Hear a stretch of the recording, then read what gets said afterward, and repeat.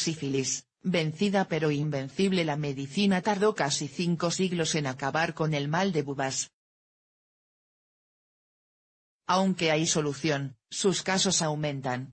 La guerra contra la sífilis ha sido de las más largas de la historia. Desde que se detectaron los primeros casos, a la vuelta de la conquista de América, hasta que se empezó a fabricar la penicilina de forma industrial, pasaron casi 5 siglos.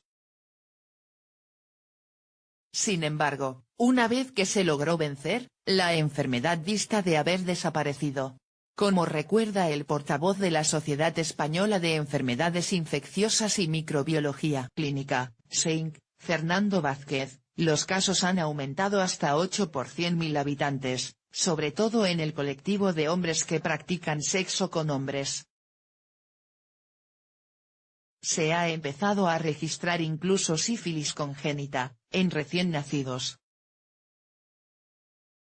Las razones detrás de este aumento no están claras. Vázquez lo achaca a la pérdida del miedo y al desconocimiento, aunque el preservativo no es tan eficaz en la prevención del organismo que causa la sífilis como en la del VIH. La gente lo utiliza poco y mal. Para acabar con esta situación, nada mejor que echar la vista atrás. Como recordó este miércoles el catedrático de Historia de la Farmacia de la Universidad Complutense de Madrid, Javier Puerto, en una conferencia organizada por la Fundación Ciencias de la Salud, la historia de la sífilis es la del triunfo de la razón. Quizás también sea lo que puede contribuir a su desaparición. No hay contagio a pesar de la leyenda negra que ha atribuido el origen de la sífilis a Europa. Las últimas investigaciones parecen establecer que la enfermedad vino de América y, en concreto, de algún tripulante de los primeros viajes de Cristóbal Colón. Hay quien dice incluso que el propio descubridor padeció la patología. Poco importaba esto en el Renacimiento. Solo se veía que había una dolencia que causaba pústulas purulentas y que aún no tenía ni nombre. Como indica Puerto, no se creía en el contagio. Pensaban que se debía a la putrefacción de un humor, cada uno de los líquidos de un organismo vivo. Sin embargo, algo sospechaban. Luis Lobera de Ávila, el autor del libro de las 4 enfermedades cortesanas, explica claramente el origen de la sífilis en 1544. Se ha de haber tenido conversación o comiendo del mismo plato o durmiendo o sudando junto a determinadas mujeres u hombres. Primeros remedios. En esta misma obra se recogen los primeros remedios que se establecen para la sífilis. En un destacado primer lugar, cómo no, la voluntad de Dios, lo que hace que haya oraciones específicas frente a este mal. En segundo, la influencia astral, ya que se cree que puede haber una serie de fenómenos que pudran el aire. Lo más curioso viene en el apartado de terapéutica. Como recuerda Puerto, ningún médico que saliera corriendo en una epidemia era considerado un cobarde. La consigna, huir rápido, lejos y volver tarde. Aún así, se probaron algunas alternativas a la escapada, en concreto las purgas y las sangrías, muy utilizadas en aquella época. Como la sífilis se consideraba una enfermedad nueva, se pensó que no se debía de purgar y sangrar tanto, les torturaron un pelín menos, relata el catedrático. También los saudemios, hacer sudar a los pacientes, eran considerados una alternativa, pero la más original de aquellos tiempos fue la que estableció la lógica de la época.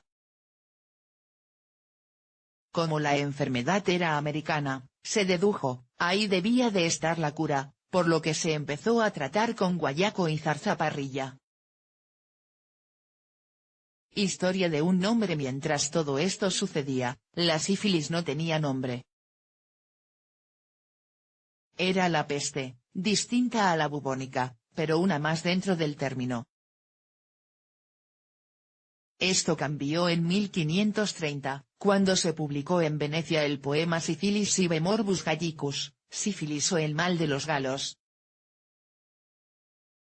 En él se contaba la historia de un personaje de la Metamorfosis de Ovidio llamado Syphilus, que retó a Apolo y consiguió su castigo en forma de enfermedad.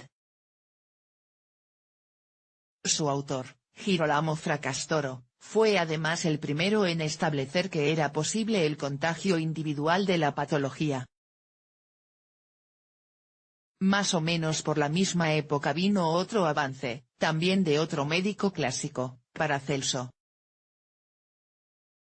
Desafió a los galenos de la época, que decían que todos los minerales eran veneno, y estableció que podían utilizarse para tratar enfermedades, siempre que se dulcificaran por medio de la alquimia antes de aplicarlos. De ahí vino el uso del mercurio, ineficaz pero al menos un nuevo intento de pararla. Data también de entonces un cotilleo real. Como difundió en su día el médico y humanista Gregorio Marañón, los alquimistas de la corte del Escorial de Felipe II trabajaban curiosamente mucho con mercurio, y el guayaco también estaba entre sus materiales. ¿Sería el rey una de las muchas víctimas de la enfermedad? La revolución. El primer gran avance hacia la curación de la enfermedad vino del nacimiento de la microbiología, la especialidad que inauguraron Louis Pasteur y Robert Koch y que permitió empezar a cazar las bacterias y los virus, conocer cómo se produce la dolencia, y también cómo prevenirla y atacar a sus vectores. Aunque Alfred Fournier hizo la primera descripción metódica de la patología en el siglo XIX, hubo que esperar a 1905 para descubrir su origen. Ese año, Fritz Chaudin y Erich Hoffmann identifican a Treponema pallidum, el agente causante de la sífilis. El fin de la enfermedad se vislumbraba. Pronto empezaron los intentos de acabar con el microorganismo. Uno de los pioneros en su caza es Paul Ehrlich, que inventó el concepto de bala mágica. Lo sacó de la ópera El cazador furtivo, según la cual había una bala que podía matar al parásito sin dañar al huésped, comenta Puerto. El científico polaco empezó a probar candidatos a bala mágica, primero el Salvarsan 606 y después el Neosalvarsan. Aunque mostraban un cierto éxito, la enfermedad seguía siendo grave. Y llegó la penicilina, pero lo que realmente acabó con el panorama de la sífilis fue la penicilina, descubierta por el británico Alexander Fleming en 1928.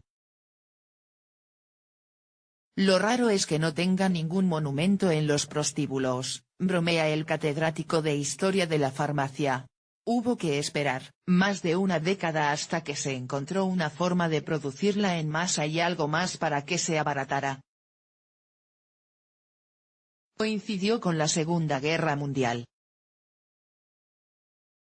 Cuando pregunto a mis alumnos para qué sirve la ciencia, la mayoría me contesta que para curar a las personas. La verdadera respuesta es que a lo largo de la historia ha servido para la guerra, señala Puerto. Desde entonces, la penicilina sigue siendo el tratamiento de elección para la sífilis, como reconoce el portavoz de la SEINC. Se aplica en inyecciones semanales y la dosis y la duración dependen del estadio de la enfermedad. Es una terapia cuya eficacia está muy establecida, concluye Vázquez.